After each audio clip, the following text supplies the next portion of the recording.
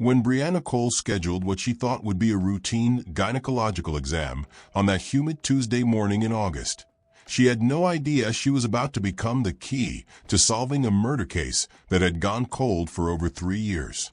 At 27, Brianna lived a quiet, structured life in the small Georgia town of Willow Ridge.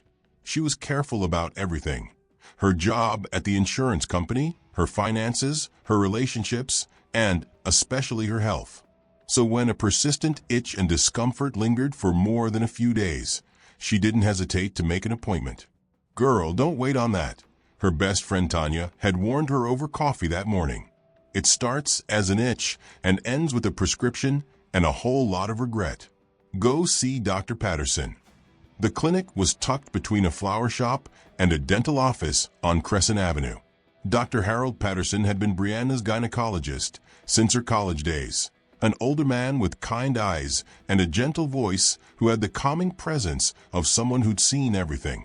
That morning, she sat in the waiting room flipping through a worn copy of Southern Living, completely unaware that her life was about to split in two. When Dr. Patterson finally called her in and gently asked, "So, what brings you in today, Miss Cole?" Brianna smiled politely and shrugged. "Just a little itch," she said. But what he would find minutes later was something no woman, no person, could ever prepare for. Dr. Harold Patterson had been practicing gynecology for over 30 years. He delivered babies in blizzards, calmed panicked teenagers, counseled newlyweds, and even removed a toy from where it absolutely did not belong. But nothing, absolutely nothing, had prepared him for what he would discover that morning. Brianna lay back on the exam table, legs in stirrups, eyes fixed on the ceiling, as he made casual small talk. "Still working at the insurance company?" he asked. She nodded, her voice drifting above her like a breeze. "Yeah, unfortunately. Not exactly my dream, but it pays the bills." Dr. Patterson chuckled softly, his tone reassuring. "Well, let's take a look and see what's going on here. You're going to feel a little pressure." It was the same routine he'd done thousands of times before. Gloved hands, a gentle speculum, practiced movements. Everything seemed normal until it didn't. He paused. Something didn't feel right. He murmured, that sound doctors make when they're trying not to scare you, which made Brianna's stomach tighten. "Everything okay?" she asked, voice suddenly tight. Dr. Patterson didn't answer immediately. He adjusted the light, leaned in slightly, and frowned. There was something foreign inside her, something he couldn't quite place at first. Then he saw it. The color, the texture, the shape, and then the nail.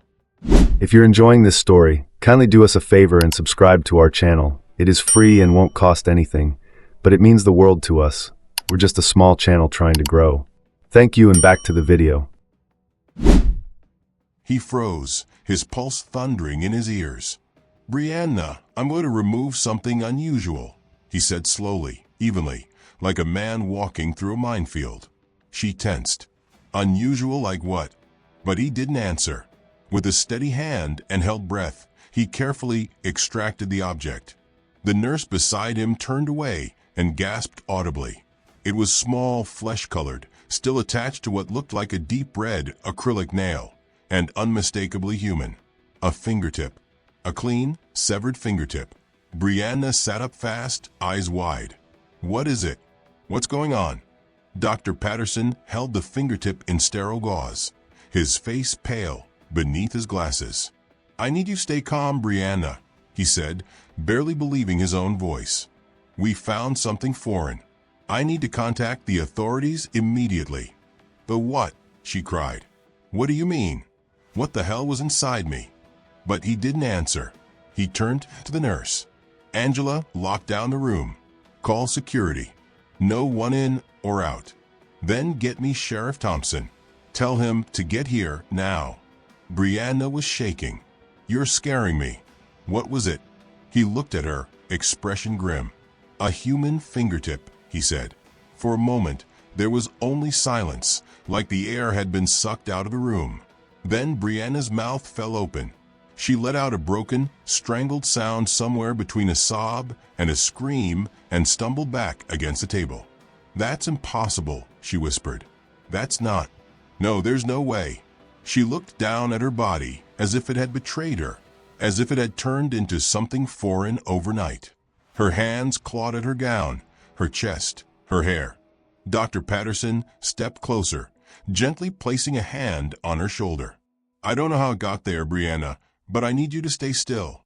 We need to treat this like a crime scene now." A crime scene. That word alone sent her over the edge. She curled into herself, sobbing, shaking her head violently. "No, no, no, no. I've only been with one person. Just one. He wouldn't. He couldn't." But even as she said it, something deep inside her began to unravel. A thread pulled loose, quietly, slowly. And in that unraveling, the horrifying possibility she hadn't dared consider began to form. Could Jerome? Could he have? Her mind refused to finish the question. The fingertip, now sealed in a sterile evidence bag, lay on a tray nearby, silent, accusing, terrifying. Outside the room, the sound of sirens began to swell. Red and blue lights washed through the frosted windows. And inside that exam room, Brianna Cole sat frozen on the table, the reality of what was happening sinking in like ice water. She'd come in for a routine exam.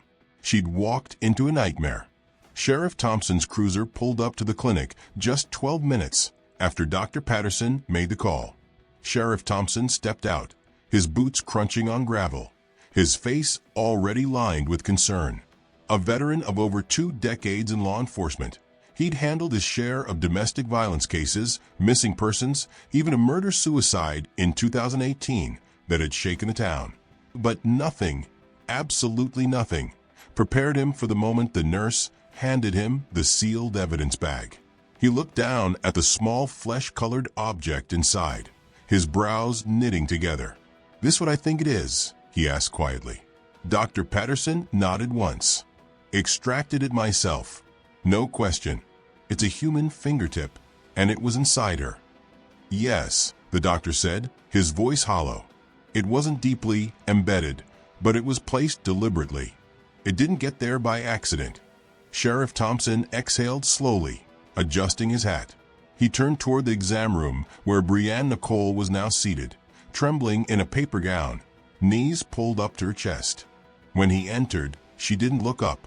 She stared at the floor as if it might open up and swallow her whole. "Miss Cole," Thompson said gently, pulling up a chair. "I'm Sheriff Thompson. I know this is overwhelming, but I need to ask you a few questions. Just try to answer as best you can." Her voice was barely a whisper. "Am I going to die?" "No, ma'am," he said, shaking his head. "You're safe. You're not under arrest. But we do need to figure out how that got inside you." She lifted her head, eyes bloodshot, mascara streaking down her cheeks. "I don't know. I don't understand any of this. I've only been with one man in the last 6 months." "Can you tell me about him?" "His name is Jerome Mitchell," she said, voice cracking. "We met at a food truck downtown. He's a chef. He's sweet, clean, funny, a little private, but I like that." Thompson scribbled in his notepad. "When's the last time you were intimate with him?" 3 nights ago, she answered quickly. "At his apartment. We used protection. It wasn't rough or anything like that. He was normal. I would have noticed if something felt wrong." Thompson exchanged a glance with the nurse behind him. He knew enough to know women rarely notice what they're not looking for, especially if they trust the man lying beside them. "Has he ever hurt you before?" he asked. She shook her head violently. "No, never. He opens my car door. He cooks for me. He texts good morning." "Does he live alone?" "As far as I know." "Ever seen anything unusual? A locked room? A strange smell? Something that gave you a bad feeling?" Brianna paused. That thread from earlier tugged again. "There was a second bedroom," she murmured. "He always kept the door shut. Said it was his storage room. Too messy to show me. I didn't think anything of it." Thompson closed his notebook. Okay, we're going to have detectives take a look into Mr. Mitchell. He stood, offering her a blanket from the nurse. She clutched it to her body like a shield. Is someone going to tell me how a finger ended up inside me? She asked suddenly, desperation breaking through the fog of fear. Thompson crouched, so he was eye level with her. We don't know yet, he said softly. But I promise you, we're going to find out. By the time he left the clinic, a full crime scene unit was already en route to Jerome Mitchell's address. Detectives Camille Rhodes and Eli Cortez from the Georgia Bureau of Investigation had been looped in, and at the state crime lab, the fingertip was being rushed for DNA processing under urgent priority. Back at her apartment, Brianna sat on her couch in the dark, staring blankly at her phone. There were no messages from Jerome. No "Hey, beautiful." No "Sleep okay." She typed, then deleted, then typed again. Jerome, can we talk? 3 dots appeared for a moment, then vanished. No reply.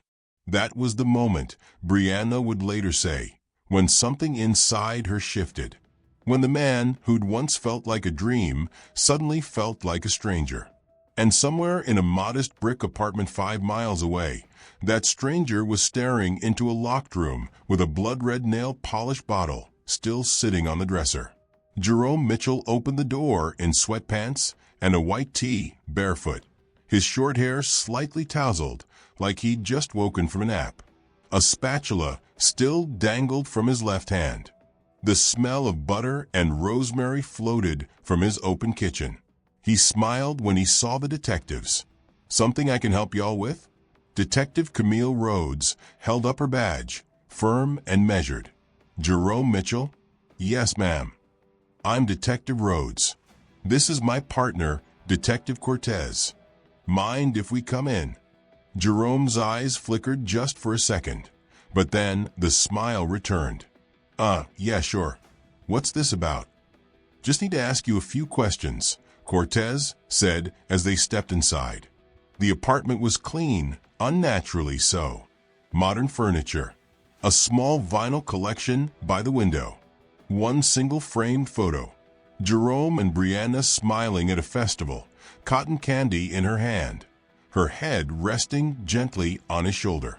Camille noticed the door down the hall, closed, the hinges freshly oiled. Jerome's eyes followed hers. Storage, he said with a chuckle before she asked. I've been meaning to organize it, but you know how that goes. Camille nodded, but made a mental note. Do you mind if we sit? She asked. He motioned to the couch. Go ahead. Want some water or coffee? We're good, she replied, sitting down and flipping open her notepad. You're currently seeing a woman named Brianna Cole, correct? Yeah, Jerome said with a smile, sitting across from them. Is she okay? She hasn't answered my text today. I was starting to wonder. She's fine. She came in for a routine medical exam this morning, and something concerning came up. That's why we're here. Jerome's smile faltered slightly. Concerning? Like what? Camille looked him square in the eye. Do you know a woman named Keisha Williams? That did it. His posture stiffened just a hair. We dated. Long time ago. What? She's been missing since 2021. Yeah, I heard that. After we broke up, she kind of vanished. Her friends thought she ran off with some guy in Miami. I had nothing to do with that. I already told the cops back then. And what about now? Cortez asked, his voice sharper. You still keeping anything of hers around? Jerome blinked slowly. No, I moved on. I've been focused on Brianna. Camille leaned in. You ever keep souvenirs, Jerome? What kind of question is that? The kind that gets asked when a severed fingertip is found inside your girlfriend's body. The room dropped 10 degrees. Jerome's face went pale, his eyes blinking as if he'd misheard. What the hell did you just say? A human fingertip, Camille repeated slowly. Red acrylic nail. Found this morning during her exam. That's insane. You think I did that? We're asking how it got there, Cortez said. Jerome stood up, hands raised, pacing. No, that's not even possible. I would never hurt Brianna. I love her. Camille stayed seated, calm. We'd like your permission to search the apartment. Jerome froze. You have a warrant? Not yet. We're asking first. He hesitated, hands still in the air like he was debating whether to fight or fold. Then he sighed. Fine, but you're wasting your time. While Cortez called in the search team, Camille stood and casually walked toward the storage room. Jerome stepped between her and the door. I said you can look, he said, voice tightening. But I'd appreciate it if you waited for your team. Camille smiled gently. Of course. 15 minutes later, uniformed officers arrived with a warrant in hand. The door was opened. Inside, the room wasn't a mess at all. In fact, it looked eerily preserved, like a museum exhibit. On a small vanity table, a hairbrush with long dark strands, a bottle of red nail polish half empty, a compact mirror cracked at the hinge, and a necklace with the initials KW. There was no dust. Everything had been cleaned, arranged. Cortez opened the closet door. A pair of red high heels, a scarf, a denim jacket, and at the bottom, tucked beneath the shoebox, a leather-bound journal. The first page read, Keisha, mine always. Jerome sat on the couch as officers moved past him, now silent, eyes locked on nothing. When Camille re-entered the living room, she didn't say a word. She held up the necklace, letting the initials glint under the ceiling fan light. I think you and I both know what happens next. Jerome looked at her, his voice soft, almost mournful. She was going to leave me. She said I wasn't enough, said I didn't deserve someone like her. And so you kept her? Camille asked. He didn't answer. Instead, Jerome looked toward Brianna's picture on the shelf. I tried to be better with Bri. I really tried. Camille's voice hardened. You put a dead woman's body part inside her. And for the first time, Jerome's face shifted, not in horror, but in something close to relief, like the weight of the secret had finally crushed him flat. As officers placed him in cuffs and read him his rights, Camille quietly slipped the photo of Brianna off the shelf and handed it to another detective. She's going to want this back. Long before Brianna Cole ever knew Jerome Mitchell existed. If you're enjoying this story, kindly do us a favor and subscribe to our channel. It is free and won't cost anything, but it means the world to us. We're just a small channel trying to grow. Thank you, and back to the video. Keisha Williams had fallen for him first. She was 28, vibrant, a former bartender who dreamed of opening her own nail salon. Everyone remembered Keisha's laugh. It rang out like wind chimes in the summer air. She wore red lipstick like armor and called every woman queen. But behind the sass and sparkle, Keisha had a soft spot for broken men. That's how Jerome got in. They met at a lounge downtown. He was charming, attentive, a good listener. Everything she thought she wanted. Within 3 months, they were living together.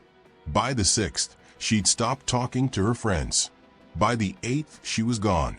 When Keisha disappeared in April 2021, her sister Jasmine reported it almost immediately. She never just vanished like that. Jasmine told police back then.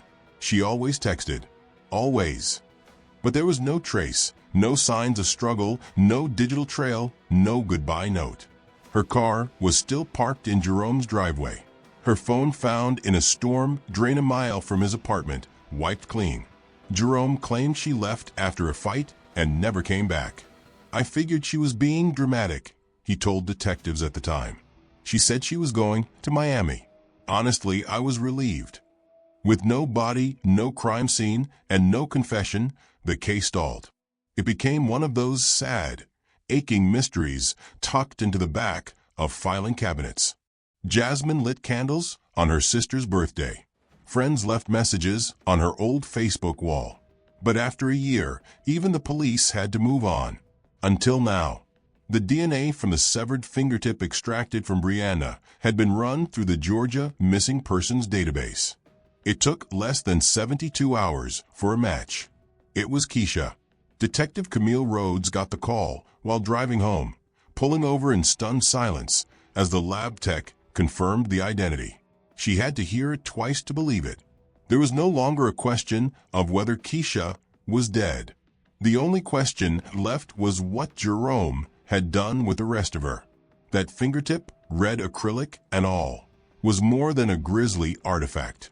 It was a cry from the grave, a final, grotesque breadcrumb in a story Jerome thought he had buried for good. The revelation hit Brianna like a freight train. "She was inside me," she whispered through tears during a debrief with Camille. "A woman who never did anything to me." He put her there. Camille sat across from her, choosing her words carefully. "That's not on you. You didn't know. You couldn't have." But guilt clung to Brianna's skin like smoke. She couldn't stop replaying nights with Jerome. The kisses, the way he held her, the way he looked into her eyes and told her she was special. How could someone be so close and so cold at the same time? And worse, what if he'd planned to do the same thing to her? Back at the precinct, Camille met with Jasmine Williams, who clutched her sister's photo in trembling hands. "They said they never found a body," Jasmine said. "But now you're telling me a piece of her was in another woman?" Camille nodded softly. "I know how much this hurts. But that fingertip, it's enough. It's proof she didn't just walk away. It means we can finally charge him." Jasmine wiped her face and looked Camille dead in the eye. "Then make it count." And they would, because now the case wasn't cold. It was burning. They brought Jerome into the interrogation room at exactly 9:12 a.m. He wore a county-issued jumpsuit and a blank expression, like he was halfway between sleep and surrender. His hands were cuffed to the table, his eyes unfocused. Detective Camille Rhodes watched him through the two-way mirror for a long minute before stepping in with a folder tucked under her arm. He didn't look up when she entered, just kept his gaze low, fixed on the scratched metal tabletop. Camille pulled out the chair, sat down, and waited. Silence stretched between them like a tight rope. Finally, she spoke. "Do you know what the worst part is?" He blinked slowly. "You tell me." "She believed you," Camille said. "Brianna, that girl gave you her trust, her body, her home, and you treated her like a vault, somewhere to hide your secrets." Jerome looked up then. His eyes were bloodshot but oddly calm. "I didn't want to hurt her." "You put a dead woman's fingertip inside her," Camille said flatly. "You violated her in a way most people can't even imagine." "I wasn't trying to hurt her," he repeated, his voice eerily soft. "I was trying to keep them close." "Them?" Camille asked, leaning forward. Jerome's jaw tightened. "Keisha. She left. Or she was going to. I couldn't let that happen again." "He didn't let her leave," Camille said, opening the folder and sliding over a photo. "You killed her. Then you dismembered her. Then you preserved parts of her, like she was a scrapbook." He didn't flinch. "Why the fingertip?" she asked. "Why put it inside Brianna?" He ran a hand through his unkempt hair, exhaling slowly. "She used to wear this red nail polish," he murmured. "Keisha. It drove me crazy. She'd tap her nails on the counter when she was mad. Tap, tap, tap. Drove me up the wall. And then I missed it." Camille fought back a chill. "That's not love, Jerome. That's possession. That's obsession." "No," he said firmly.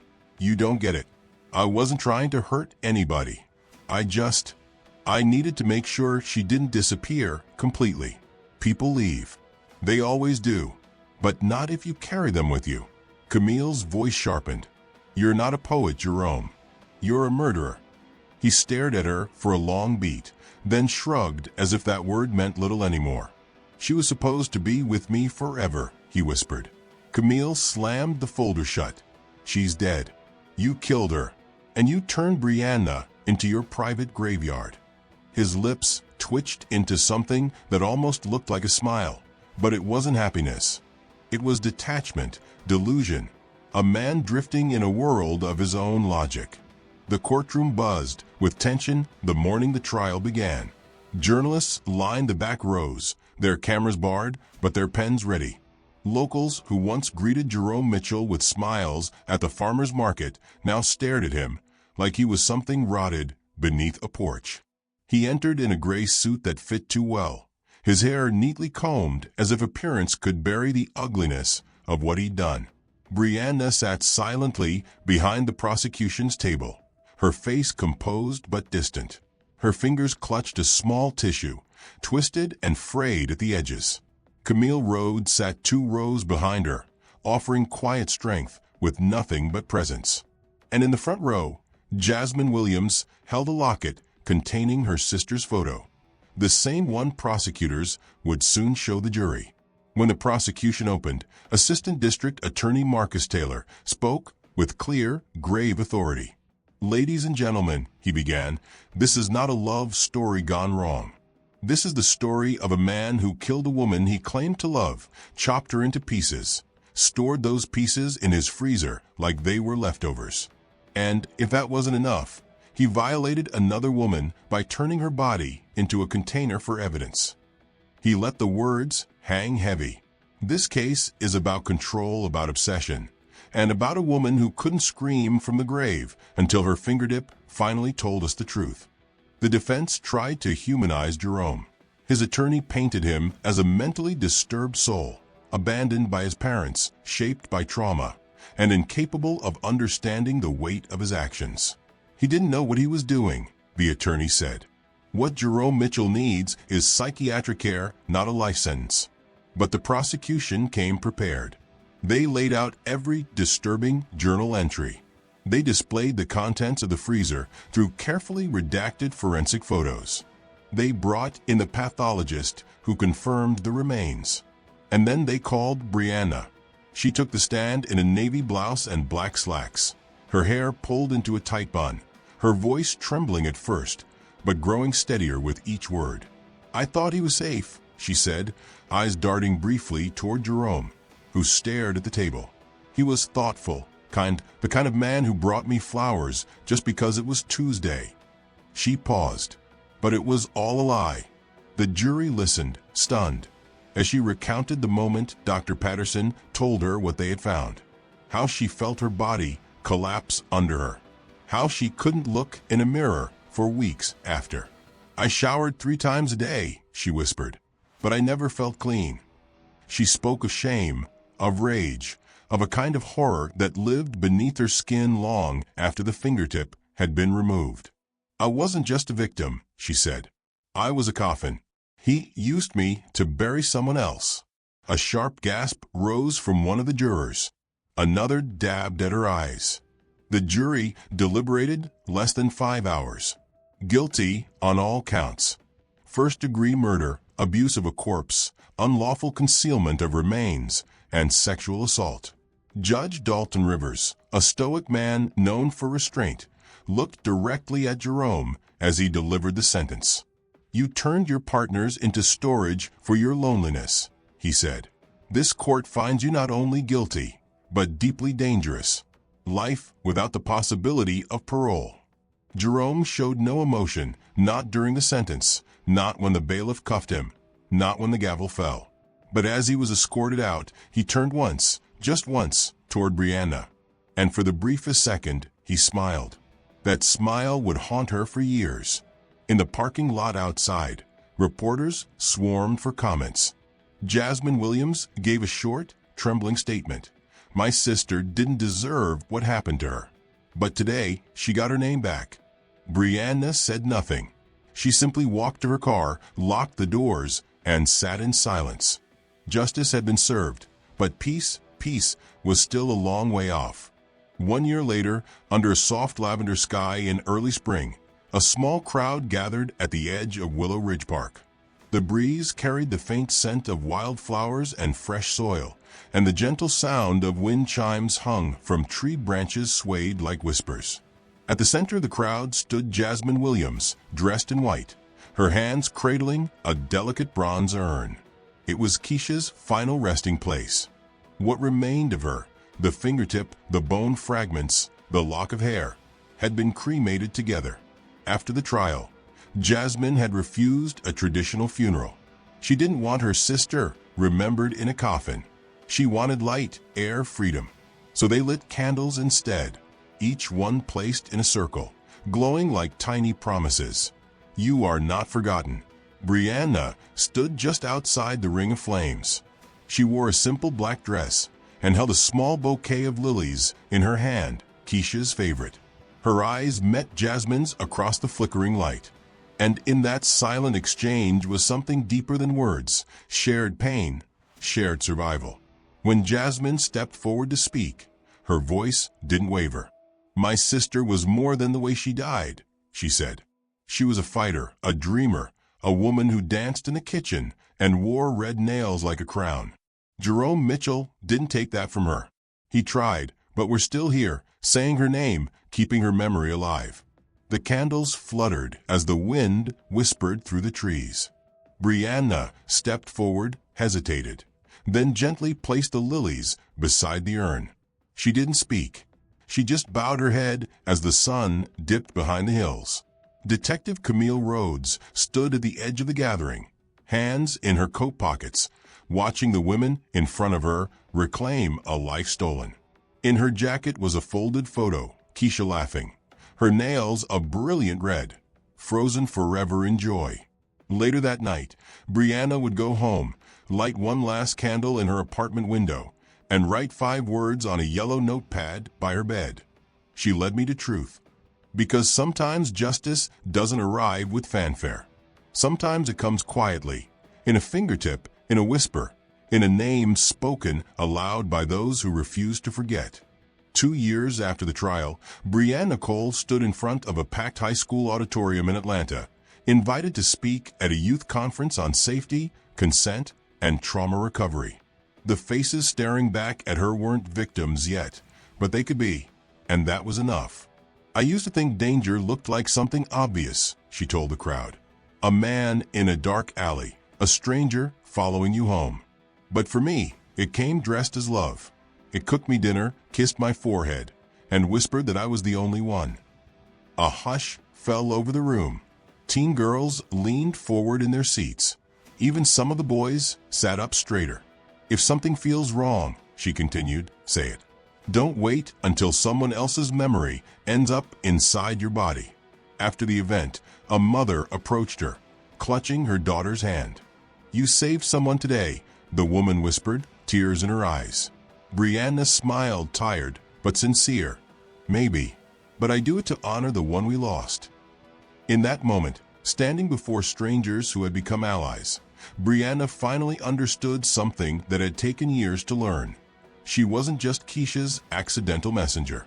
She was her voice, carrying forward a story that refused to stay buried. Justice had been served, truth had been spoken, and somewhere in the wind that rustled through Willow Ridge Park, Keisha Williams was finally free. If this story moved you, please hit the like button and subscribe to our channel for more true crime stories that honor victims and survivors. Together, we make sure their voices are never silenced.